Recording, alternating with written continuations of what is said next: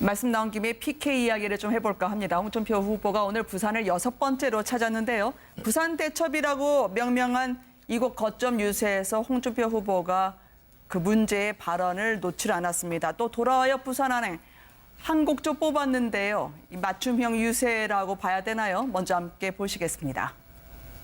모두 투표장으로 갑시다.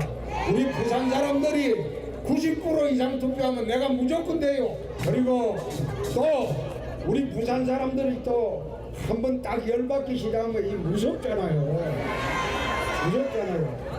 내일 그 부산 사람들 그 뭡니까 패균 집단이라는 사람은 내일 한 표라도 찍으면 안 돼.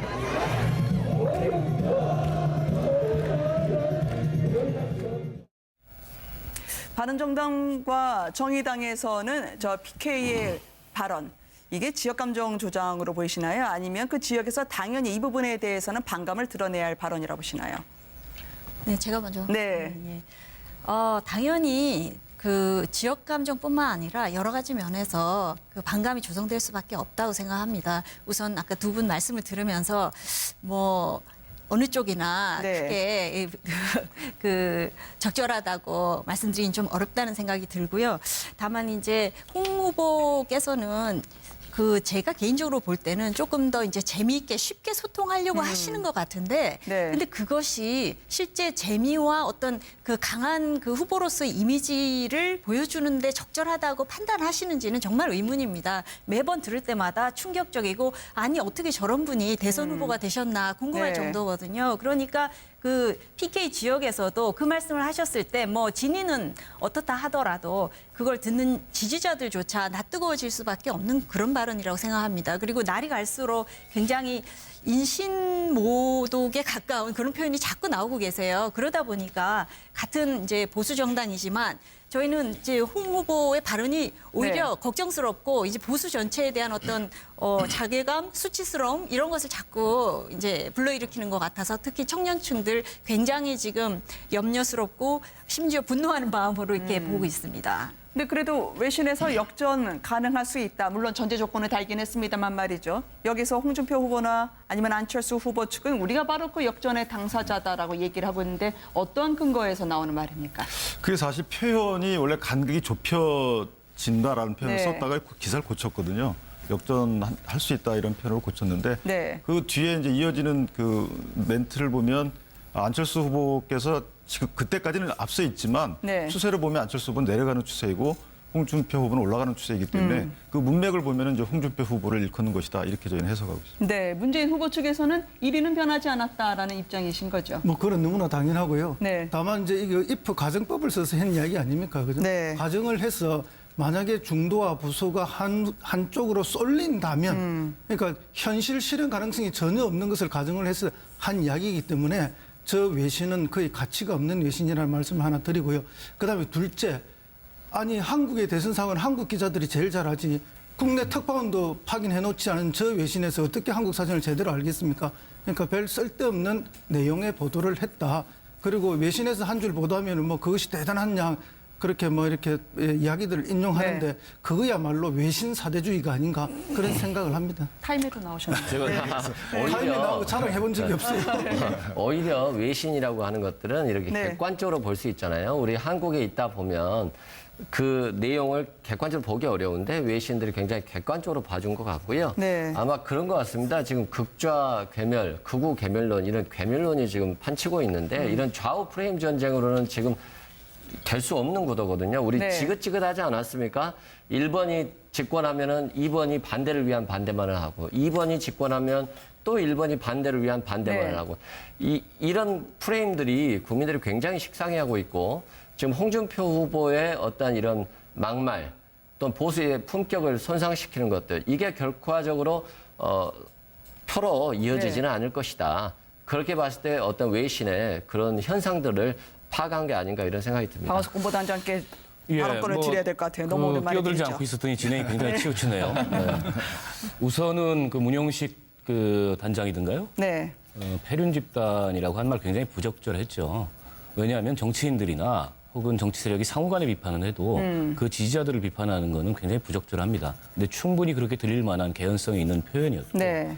더군다나 이게 이제 지역 정서를 자극하는 반대 캠페인이 나오기에 아주 좋은 명분을 줬다. 좀 아까 홍준표 후보가 사실은 부산에 가서 그걸 정확하게 자극하고 파고 들어가고 있는 거 아니겠어요? 네. 그런 면에서 선거 막판에 일종의 이제 실책이고 악재인 건 분명한 것 같고요. 근데 이제 문제는 홍준표 후보가 그걸 비판할 만한 자격이 있는 후보인가에 대해서 거론을 하지 않을 수가 없습니다. 그동안에 홍 후보께서 보여주셨던 언행, 노동 비하, 여성 비하, 급기야는 어르신 비하까지 그걸로 봤을 때 사실은 저는 개인적으로는 별로 놀랍지도 않았어요. 네. 왜냐하면 그동안에 홍 후보가 보여줬던 막말의 대잔치에 깃발 하나 더 꽂은 거여서 특별히 개인적으로 놀랍지 않았는데 이게 이제 어버이날 공교롭게도 저런 말씀을 하셨고 아무리 그게 가정사고 개인사라지만 자랑입니까? 장인어른한테 영감탱이라고 부르고 26년 동안 못 오게 했다는 거 일종의 노인학대잖아요. 그래서 사실은 홍준표 후보는 그 지금까지 해오셨던 언행을 좀 반성을 하는 게 우선돼야 된다 이런 말씀을 좀 드리고 싶고요. 저는 이제 이걸 네. 지켜보는 유권자들, 또 우리 젊은 청년들, 또 어린 학생들, 정치인들이 그런 말을 서로 주고받는 걸 보면서 도대체 정치에 대해서 어떤 느낌을 가질지 굉장히 우려스럽습니다. 홍준표 후보는 영감탱이 이 본인이 하신 말 그대로 한 네. 네, 5월 8일 날 이거를 처음에 하신 건 하신 건 아니죠? 아니죠. 5월 1일 날 하신 거죠. 오늘 근데 알려졌죠. 네. 오늘. 그때 유세 때 말씀하신 네네네. 거였죠. 친근한 표현이다. 검색어 일이 고맙다라고 여유 있게 받아치던데 거기에 대해서 생각은 어떠신가요? 아니 근데 그게 친근한 표현이면은 누가 홍 후보한테 그 영감탱이 막말이 너무 심하시네 이렇게 얘기하면 그거 받아들이겠습니까? 네. 그러니까 친근한 표현도 정도가 있는 거죠. 제가 대구 출신이지만 네. 그 친근한 표현으로 그런 말을 쓰지는 않습니다. 예. 자, 그게 지금 이제 선거 국면에서 본인이 그렇게 유세 과정에서 말을 해서 알려진 것인데 네. 실제 오늘 이제 그 SNS에 본인이 해명을 했잖아요. 하고 나서 실제 그분은 아까 뭐 노인 학대까지 말씀하셨는데 그 장인 장모에 대해서 임종까지 보시고 또 다 모셨어요. 그래서 네. 이 부분을 좀 감안해서 생각을 해주시고요. 물론 적절한 발언은 아닙니다만은 이렇게까지 할 것까지는 아닌 것 같고 네. 지금 홍 후보께서 그런 말을 다시 꺼낸 이유는 지금 문재인 후보께서 측에서 이런 패륜 집단이란 말에 대해서 이제 물타기 한다. 사실 이런 생각을 한 거죠. 그리고 네. 본인에 대한 그 본인이 발언한 부분은 반성하지 않고 지금 자꾸 또 홍 후보의 그 노인 폄하 발언 내지 학대 발언 이런 걸 꺼내서 얘기한다. 이런 취지의 그 얘기였습니다. 네. 한국당이 지금 친박 의원들의 징계는 전격 해제되고 탈당파는 일괄 복당이 되는데 그러면 복당된 분들을 일제히 오늘 선거 유세 함께 해주시면서 마지막 힘을 보태는 건가요? 지금 장소에 따라서는 같이 다니시는 분도 계시고요. 네. 그렇지 않은 분도 계시는 것 같습니다. 네. 어떻습니까? 근데 당에서 이게 대선 끝나고 나면 복당에 대해서는 다시 한번 논의를 해봐야 된다라는 의견도 나오고 있는 것 네, 같던데요. 아마 정우택 그 원내대표께서 네. 어떤 방송에서 말씀을 하신 것 같은데요. 실제 이게 이제 당무 우선권이라는 제도가 저도 낯설은 제도고요. 네. 당원 단계에 있는지조차 몰랐던 분들도 많이 있습니다. 그래서 다만 이 후보께서는 지금 뭐 선거에 도움이 되고자 하는 목적도 분명히 있겠죠. 그러나 네. 이제 당의 통합을 통해서 보수의 통합을 이끌어내고 그다음 나라의 통합을 이끈다는 이 피할 수 없는 길을 가야 되겠다 이런 결단이라고 생각을 하고요. 자, 원내대표께서 말씀하신 것처럼 향후 대선이 끝난 뒤에 분명히 이에 대해서 이의 제기하신 분이 계실 겁니다. 그러면 논의 과정을 통해서 해결할 일이라고 생각을 합니다. 네. 근데 한 가지 질문이 있는데 그 정우택 그 선대위원장께서 말씀을 하실 때 복당이 되고 안 되고 하는 것은 아니다 이렇게 말씀을 하셨어요. 그 기존의 친박 의원들에 대한 징계 해제에 대해서는 구체적인 언급은 안 하셨습니다. 그래서 이 부분은 오히려 복당에 대해서는 재논의의 여지가 있지만 그 징계 해제에 대해서는 그냥 스르르 넘어가시는 듯한 그렇진 그런 않습니다. 인상을 그렇진 받았습니다. 않고요. 예. 지금 복당과 징계 해제 이 부분이 그 두 가지 안건을 올라갔고 네. 그 두 가지 안건이 당무 우선권이라는 조항에 의해서 일괄 처리됐기 때문에 그건 같은 얘기입니다. 네, 그럼 징계 해제까지도 재논의되는지는 한번 그건 아니죠. 지켜보겠고요. 정우택 원내대표께서 이제 네. 그 부분에 대해서 왜 이 말이 왜 나왔냐면 당무 우선권을 규정한 104조의 효력 범위에 관련된 문제가 결부되기 때문에 그 관련된 이제 논쟁이 있을 수 있어요. 그거를 아마 표현하신 것 같습니다. 네. 그러나 이제 결국 핵심은 뭐 104조 당무 우선권 이런 게 중요한 것이 아니고 어쨌든 선거의 필요에 의해서 홍준표 후보가 친박도 필요했고 또 어쨌든 다시 돌아오고자 하는 그분들도 필요해서 다 받아들인 거 아닙니까? 어쨌든 다시 돌아오는 분들도 정치적으로는 별로 명분이 없는 행동이고 또 친박을 복권시키는 것도 국민들 정서에 맞지 않는 일이다. 오로지 선거만 보고 이렇게 저렇게 사람을 끌어모으는 형식의 정치를 하고 계신 게 아닌가. 그렇기 때문에 이제 홍준표 후보께서는 어쨌든 친박에 의지하는 정치를 지금 하고 있는 것이 아닌가. 맨 처음에는 춘향인을 뽑으니 향단이가 나왔다 해서 박근혜 대통령을 폄하하고 친박을 양박이라 해서 아주 폄하해놓고는 선거에 필요해서 이렇게 가는 것을 보면서 역시 홍준표 후보의 상황은 친박이고 태상황은 박근혜 전 대통령이 아닌가. 왜냐하면 아프지도 않고 멀쩡하게 잘 구치소에 계시는 박근혜 전 대통령을 병원 보내라고 유세장에서 선동하고 계시지 않습니까? 이런 것을 볼 때 오로지 선거의 필요에 의해서 기본과 원칙을 다 무너뜨려버리는 그런 모습이다. 이렇게 봅니다. 이걸 왜곡돼서 한 말씀 네네 드리는데요. 하셔요. 앉으실 때는 화기하셨는데 다들 분위기가 날송 공방이 이어지네요. 네, 말씀해 주세요. 왜냐하면 지금 이제 말씀하신 네. 것 중에 다소 좀 오해를 하신 게 뭐냐면 지금 그 안건 중에 친박에 대한 징계 해제권이 하나 있고요. 그다음에 네. 또 복당 문제가 있답니다. 재입당 문제가 있는데 이 재입당 하시는 분들은 기존에 소위 김무성계라고 우리가 통칭됐던 이런 분들이에요. 네. 그런데 어떻게 이걸 갖다 친박을 우리가 받아들이는 걸로만 그렇게 해석을 하는지 그건 정치적 공세라고 생각을 하고요. 그다음에 정우택 대표의 경우에도 사실 이걸 반대했기 때문에 비대위가 열리지 않았던 것이고 근데 이걸 다시 친박 프레임으로 몰아가는 것은 네. 좀 심하지 않나요? 아니 근데 아마도- 국민들 보기에는 보시죠. 그 홍준표 후보가 선거 초반 캠페인에 뭐라고 말씀을 하셨냐면 이제 이 당에는 친박 없다. 네. 이렇게 얘기를 하고 다니셨어요. 뭐 다 나가고 징계받고 친박이 어딨냐 이렇게 얘기하셨는데 그 뒤에 이제 유세 다닐 때마다 박근혜 대통령이 뭘 잘못했냐라는 그 얘기부터 시작하셔서 계속 사실은 그 친박과 박근혜 대통령의 복권을 시사하는 얘기를 정치적 복권을 시사하는 얘기를 하셨고 급기야는 결국에는 징계받았던 친박 의원들을 다 복권시키는 건데 지금 보면 이걸 두고서 과연 이 초반에 얘기하셨던 대로 친박이 없다라는 얘기를 계속 하실 수 있는지 국민들은 의문을 갖고요. 지금 바른당에서 탈당해서 글로 돌아가시는 분들의 문제는 그건 별개의 문제고 한쪽이 한쪽을 상쇄시킬 수 있는 문제가 아니고요. 결국에는 선거 상황의 유불리에 따라서 또 지지율의 오름과 내림에 따라서 서로 이합 집산하고 나갔다 흩어지고 뗐다 붙이고 이런 정치가 반복되고 있는 거고 지금 보면은 다시 도로 새누리당으로 돌아간다라는 인식을 많은 국민들이 하고 있는 거 아니겠습니까? 자, 근데 한 가지 여쭤볼게요. 예, 윤기찬 부대변인께. 왜냐하면 네. 지금 뭐 케이스 바이 케이스에 다른 잣대를 대시는데 자 예전에 새누리당에서 바른정당으로 나가시는 분들이 개혁의 기치를 들고 나갔잖아요. 그때 박수 쳐주신 분들 많아요. 그럼 그분들이 개혁의 기치를 품고 계신 분들이란 말이에요. 자 나가보니까 개혁이 원활치 않아요. 그래서 들어와서 개혁을 하겠다. 당을 개혁하겠다. 당 개혁을 통해서 보수 개혁을 하고 앞에 나가겠다. 이거에 대해서 왜 오해를 하시죠? 이걸 왜 전부 다 그게 선거공학으로 당 개혁을 위해서 보시죠? 들어간다기보다도 유승민 그건 후보 지지율이 본인의 판단이시지. 낮으니까 그게 뭐 그분들이 유승민 그렇게 후보 지지율이 얘기하던가요? 낮으니까 한참 전쟁 중에 그 뒤에서 말하자면 총을 거꾸로 드는 행동을 한 거죠. 제가 한 가지 여쭤볼게요, 그러면. 자, 유승민 후보께서 나간 그 행위를 자, 정치적 책임을 피하기 위해서 나갔다고 보지 않으십니까? 그럼 그에 대해서는? 유승민 후보가 나간 행위죠? 그렇죠. 탈당해서 당을 차린 행위에 아니 대해서. 그거는 박근혜 대통령 탄핵에 대해서 찬성표를 던지고 네. 갈라선 거죠 기존의 그럼 낡은 그분들이 보수와. 다시 들어오면요.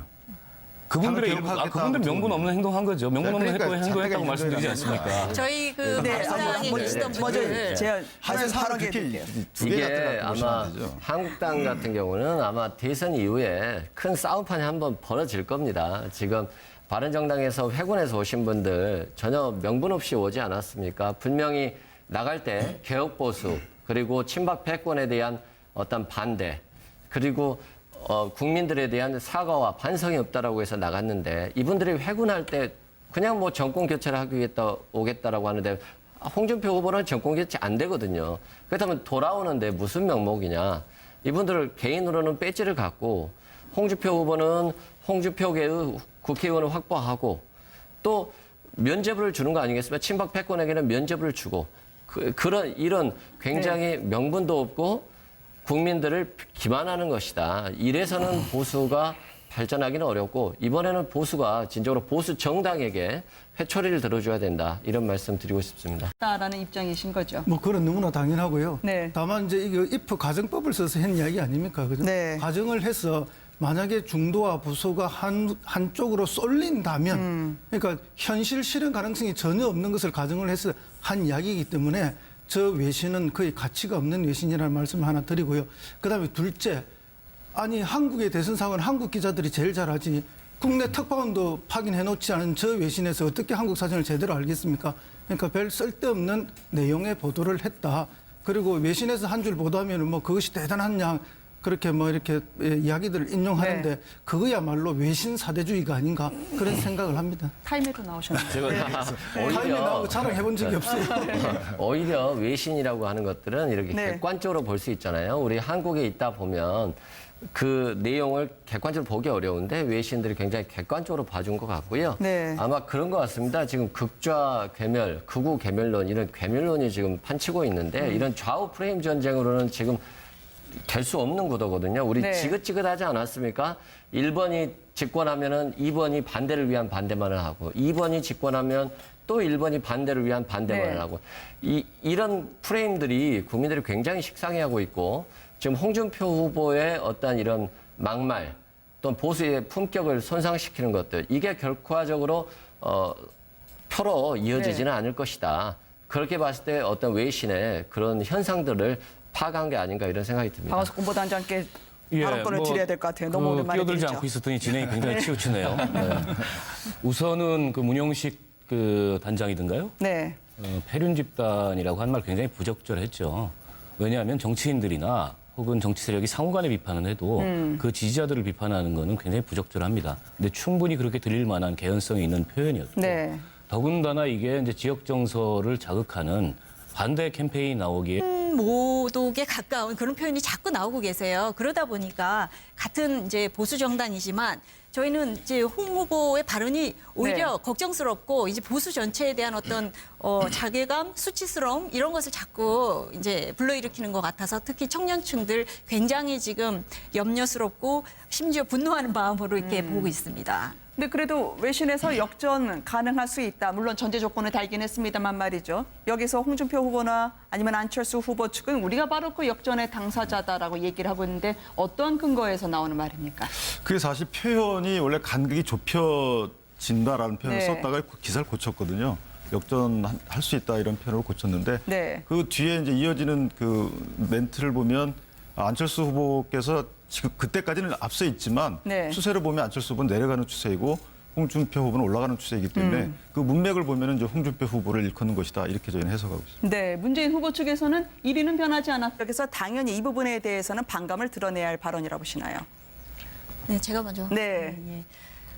당연히 그 지역 감정뿐만 아니라 여러 가지 면에서 그 반감이 조성될 수밖에 없다고 생각합니다. 우선 아까 두 분 말씀을 들으면서 뭐 어느 쪽이나 네. 크게 그 적절하다고 말씀드리긴 좀 어렵다는 생각이 들고요. 다만 이제 홍 후보께서는 그 제가 개인적으로 볼 때는 조금 더 이제 재미있게 쉽게 소통하려고 하시는 것 같은데, 네. 근데 그것이 실제 재미와 어떤 그 강한 그 후보로서의 이미지를 보여주는데 적절하다고 판단하시는지는 정말 의문입니다. 매번 들을 때마다 충격적이고 아니 어떻게 저런 분이 대선 후보가 되셨나 궁금할 네. 정도거든요. 그러니까 그 PK 지역에서도 그 말씀을 하셨을 때 뭐 진위는 어떻다 하더라도 그걸 듣는 지지자들조차 낯뜨거워질 수밖에 없는 그런 발언이라고 생각합니다. 그리고 날이 갈수록 굉장히 인신 말씀 나온 김에 PK 이야기를 좀 해볼까 합니다. 홍준표 후보가 오늘 부산을 6번째로 찾았는데요. 부산 대첩이라고 명명한 이곳 거점 유세에서 홍준표 후보가 그 문제의 발언을 놓지 않았습니다. 또 돌아와요 부산은행 한 곡조 뽑았는데요. 이 맞춤형 유세라고 봐야 되나요? 먼저 함께 보시겠습니다. 모두 투표장으로 갑시다. 우리 부산 사람들이 90% 이상 투표하면 내가 무조건 돼요. 그리고 또 우리 부산 사람들이 또 한번 딱 열받기 시작하면 이 무섭잖아요. 무섭잖아요. 내일 그 부산 사람들 그 뭡니까 패륜 집단이라는 사람은 내일 한 표라도 찍으면 안 돼.